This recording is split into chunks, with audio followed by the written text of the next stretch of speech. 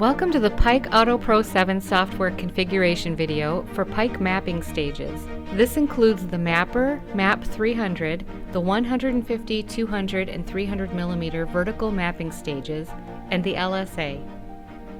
In this brief video, you'll learn about defining your sampling positions, configuring the background collection, naming your spectral files, setting up macros, and more. Start AutoPro7 by double-clicking on the icon on your desktop. The first time you run it, it will search for the spectrometer software installed on your computer. Click OK. First, you must create a new profile. This profile can be recalled for future use, or you may create new ones and save them as needed. Start by clicking on New. Enter a name for your profile. Select your accessory from the drop-down menu. For this example, we'll select the Pike Mapper. AutoPro automatically selects the FTIR software package it found on your PC, but you may select a different one if you wish. To make this your default software package, click here. Click Accept. You are automatically brought to the first screen in the Profile Editor window. Within the Profile Editor, you'll simply work left to right through the toolbar across the top to edit your profile and set certain parameters. This is the default point map for your accessory. The default settings may be changed here on the right side. Click on the drop-down menu to choose your point layout: 5, 9, 17, or the Cartesian layout. To change the standard Cartesian pattern, click on Custom. Use the slide bar to select the number of X and Y sampling points for your profile. AutoPro will automatically calculate the best fit depending on your number of samples. Click Accept to apply your changes. By right-clicking directly on the graphic display, you can manually add, delete, or deactivate points.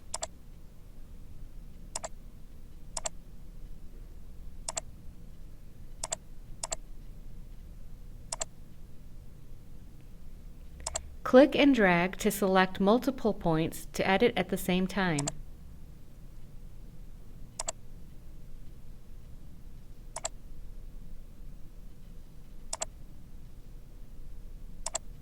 Your reference point can be easily changed.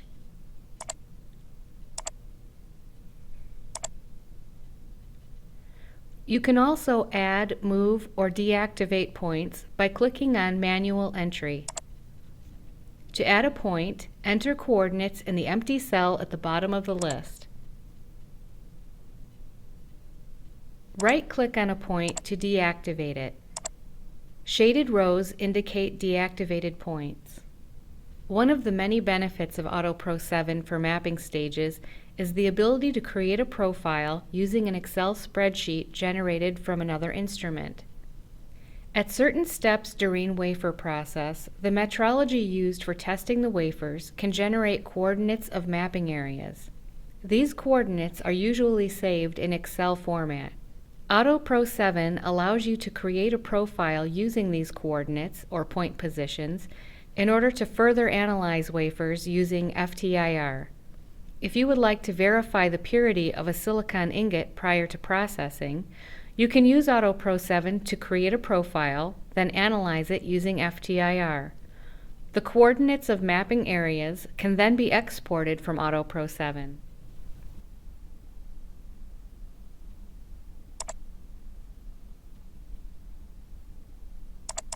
You may choose to make your point shape a circle for the circular shape of an FTIR beam, or a rectangle for the rectangular shaped beam of a UV instrument.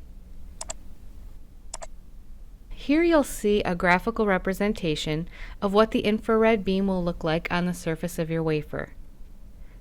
This indicates the density of the sampling spot on your wafer surface. It does not change anything pertaining to the spectrometer functions. The home position offsets allow you to change your starting position.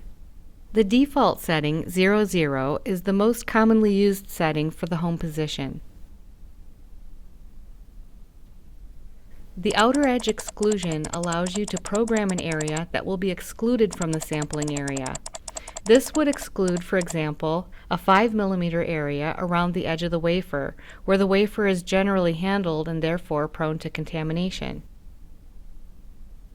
Next, you will configure your background. There are a few options for collecting a background. You can collect it once at the beginning of the experiment. You can repeat a background collection after a predetermined number of sampling points. If you have a reference wafer, you can collect a background before all the points, or you can select a previously collected background to use. Now you will move on to file naming. This is where you'll name your profile and decide on the method for naming your spectral file. Please note, spaces are not allowed in the spectral file names. There are different options for naming your spectral files. Timestamp creates a unique file name for each sample collected containing the year, month, day, and time of collection. Or you may create a custom root file name using, for example, a lot number or a certain username. AutoPro will automatically append the sample position to the end of your file name. You can see an example of your file name here. Next, review the location on your computer where your spectra will be saved. The default location is your root drive in the Spectra folder. If you would like to change the location, click on Browse, then select the folder in which you wish to save your spectra. Next, confirm the selection of your spectrometer. It will default to the instrument AutoPro found upon opening. If you would like to change it, click Browse, then navigate to your executable file of choice. The next screen allows you to customize your experiment by creating macros. You can create a macro to run before the experiment is run, after the experiment is completed, before each sample is collected, and after each sample is collected. An example of a pre-experiment macro is configuring your spectrometer software or opening an Excel spreadsheet. A post-experiment would be generating a report or exporting to an Excel spreadsheet. A pre-sample macro might be setting up specific collection parameters.